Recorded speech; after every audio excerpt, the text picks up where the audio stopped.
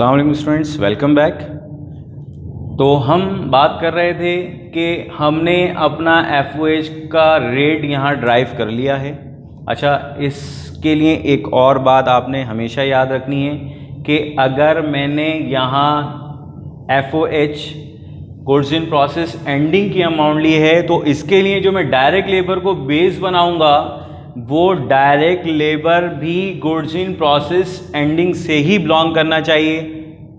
आप कतई तौर पे ये नहीं कर सकते कि आपने गुड्स इन प्रोसेस बिगिनिंग का तो एंडिंग का तो FOH ले लिया, लेकिन आपने direct labour goods in process beginning से उठाया, तो याद रखिए स्टूडेंट्स, इनका रिलेशन डिस्टर्ब हो जाएगा। बेस हमेशा सेम रहनी चाहिए। अगर आपने एक component goods in process ending का उठाया है तो रेट कंप्यूट करने के लिए दूसरा भी जो आप अमाउंट उठाएंगे वो सेम कंपोनेंट से उठाएंगे, गुड्स इन प्रोसेस एंडिंग से ही उठाएंगे। इस बात को याद रखिएगा, भूलिएगा नहीं। आगे बढ़ते हैं। तो अब हम इस क्वेश्चन मार्क का आंसर निकाल चुके हैं जो कि हमारा आया है ऑलमोस्ट, इसको मैं कर लेता हूँ 67%, इसको मैं 67% कह देता हूँ यहाँ।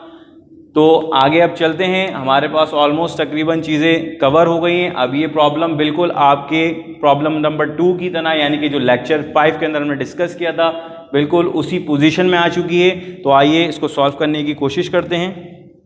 सबसे पहले अगेन हमें चाहिए होता है रॉ मटेरियल यूज्ड।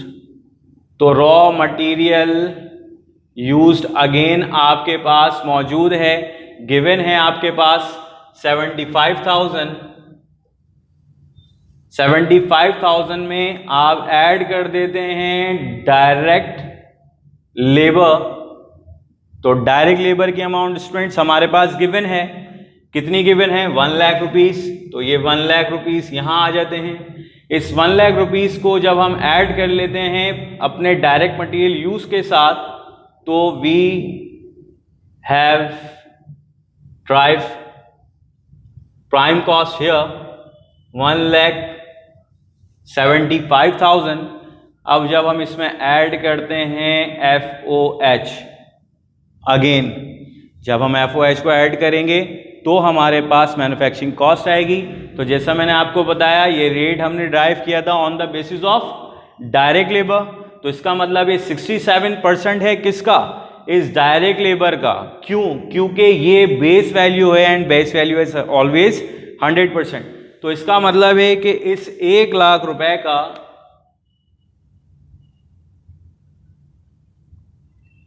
67% जो है वो हमारा होगा FOH। तो इसका मतलब है कि हमारा जो FOH है वो है 67,000। तो जब हम इसको ऐड करते हैं तो ऐड करने के बाद ये वैल्यू हमारी बन जाती है 2,37,000।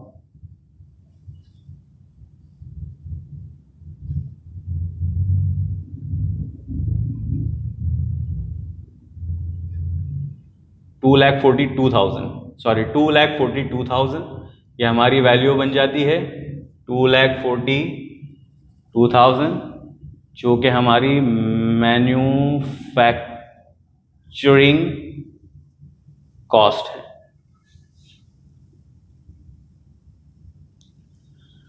अब इसके अंदर हम ऐड करते हैं goods in process opening, which is again given to us here in the data, जो कि हमारे पास मौजूद है 8,000।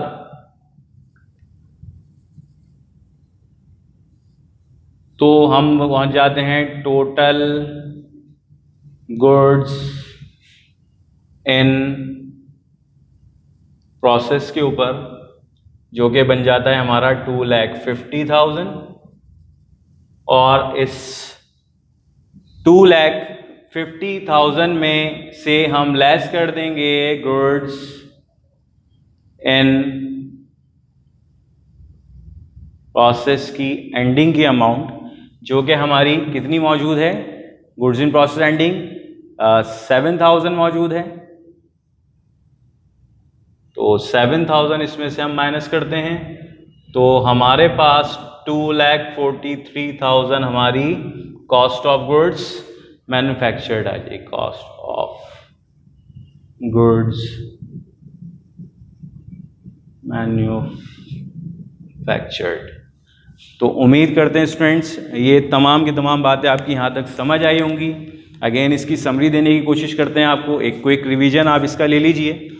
तो हमने सबसे पहले बात की थी कि इस क्वेश्चन के अंदर और लेक्चर नंबर 5 के क्वेश्चन के अंदर एक छोटा सा डिफरेंस था। वो ये था कि लेक्चर 5 के अंदर आपको रेट गिवन था फैक्ट्री ओवरहेड का, जबकि इसके अंदर आपको ये रेट गिवन नहीं था, आपके पास यहाँ क्वेश्चन मार्क था। तो फिर हमने आपको बताया कि बेटा अगर आपके पास ये रेट गिवन ना हो बट आपको उसने नीचे एक हिंट आपको प्रोवाइड किया था जिसके अंदर गुड्स इन प्रोसेस का उसने ब्रेकअप आपको दिया था तीनों एलिमेंट्स का, तो उस बेसिस के ऊपर हमने डायरेक्ट लेबर और फैक्ट्री ओवरहेड की बेसिस के ऊपर हमने अपना यहाँ रेट ड्राइव किया था। हमने आपको यहाँ बताया था कि जिस चीज़ का रेट हमें चाहिए होता है वो न्यूमिनेटर के अंदर आती है और जिस चीज़ को बेस बनाते हैं वो डिनोमिनेटर में आती है, और denominator represents the 100% value of that amount. तो फिर हमने यहाँ इसी तरीके से इस रेट को ड्राइव किया।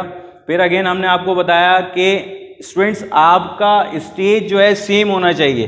ये जो दोनों अमाउंट्स आपने न्यूमिनेटर डिनोमिनेटर की रखी हैं, stage of inventory should remain same. अगर आपने गुड्स इन प्रोसेस एंडिंग का एफओएच लिया है तो गुड्स इन प्रोसेस एंडिंग का ही डायरेक्ट लेबर आएगा, गुड्स इन प्रोसेस का ही डायरेक्ट लेबर आएगा। तो आपने उस बेसिस के ऊपर रेट ड्राइव किया और रेट ऑलमोस्ट आपका अप्रॉक्सीमेटली 67% बना।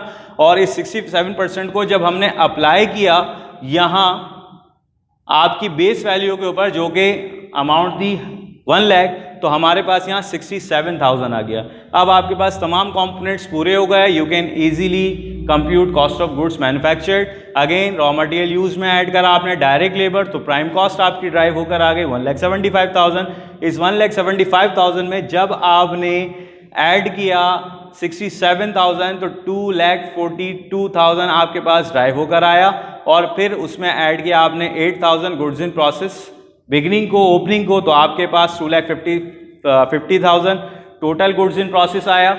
और उसमें से जब आपने लेस किया गुड्स इन प्रोसेस एंडिंग को, तो आपके पास आपके रिक्वायर्ड आंसर आ गया जो कि कॉस्ट ऑफ गुड्स मैन्युफैक्चर्ड है, विच इज रुपीज 2,43,000। उम्मीद करता हूँ ये लेक्चर आपकी बहुत अच्छे से समझ आया होगा। इंशाल्लाह आपसे अगले लेक्चर में मुलाकात होगी, तब तक अपना बहुत ख्याल रखिएगा। Thank you so much. अल्लाह हाफिज़। अस्सलाम वालेकुम।